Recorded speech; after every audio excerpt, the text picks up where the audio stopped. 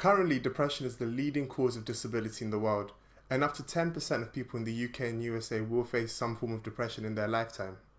And whereas most people feel that depression is just an intense feeling of sadness, it's actually a lot more than that. People that go through depression feel numb, worthless, self-conscious, exhausted. They feel as if they haven't got the energy or the will to be able to do anything at all. It's very important to be able to distinguish the difference between feeling depressed and having depression. All of us go through periods of feeling down in our day-to-day lives. Fighting with your best friend, the death of a loved one, a rainy day, or no one remembering your birthday. But in healthy individuals, these feelings don't stay for too long and change when circumstances change. With clinical depression, these feelings don't just go away on their own. In order for a diagnosis of depression to be made, patients must meet the criteria that's set up at the DSM-5, which stands for the Diagnostic and Statistical Manual for Mental Health Disorders, the 5th edition. There are 9 symptoms, and patients must have at least 5 out of 9, and they must have lasted for at least 2 weeks. These are a depressed mood, loss of interest or pleasures in activities, a significant change in weight, that might be weight loss or weight gain, insomnia or hypersomnia, psychomotor agitation or impairment, for example, the inability to stay still or having slowing of thoughts, a loss of energy, feeling worthless, a loss of concentration, and thoughts of death and suicide. These must cause significant distress in the patient's life, and the symptoms cannot be due to drug use or another medical condition. What causes depression?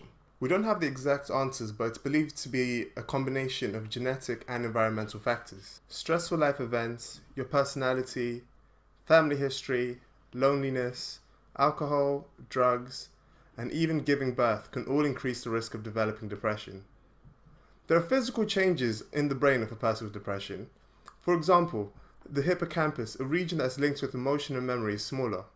Studies have shown that depression is associated with abnormalities in certain neurotransmitters in the brain, in particular serotonin, noradrenaline or norepinephrine, and dopamine. Neurotransmitters are molecules that are released by one neuron and interact with the receptors of another neuron. Medication for depression often works on regulating the transmission of these molecules. Depression is a very serious and debilitating condition, and it isn't something that people can just snap out of or get over. But thankfully, there are many treatment options available. Treatment is usually dependent on the severity of the depression, and usually involves a combination of self-help, talking therapies, and medication. For mild depression, studies show that exercise can greatly help. Talk therapy is also shown to be very useful for mild forms of depressions. Things such as self-help groups and CBT, which stands for Cognitive Behavior Therapy. For more severe cases of depression, then antidepressant medications can be used together with the previous therapies. The most commonly prescribed medications are selective serotonin reuptake inhibitors, or SSRIs. When a neurotransmitter is released into synaptic cleft, it is normally reabsorbed to prevent overstimulation of the nerves. This is where SSRIs come into play. They stop the reuptake of serotonin, hence the name SSRI. This essentially means that the serotonin is forced to stick around for longer and therefore have a longer lasting effect. There are other medication types such as serotonin noradrenaline reuptake inhibitors, SNRIs, tricyclic antidepressants, atypical and monoamine oxidase inhibitors, MAOIs. But for extreme cases of depression, there is another treatment option known as electroconvulsive therapy. The patient is given a small electric shock to the brain when they're under general anesthetic. This is to induce a small and short seizure.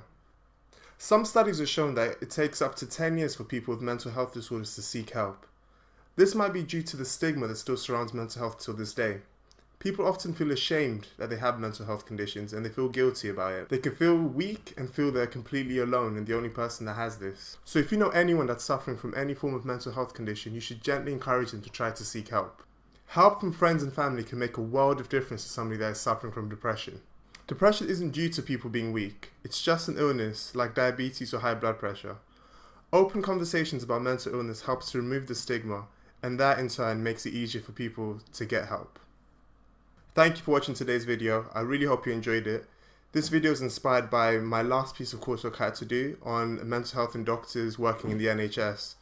I truly do believe that mental health is something that needs to be tackled, and there is a ton of stigma that's surrounding it. It's really important for us to be able to openly discuss it and improve our understanding of mental health so we can create better treatment options for those who suffer with it.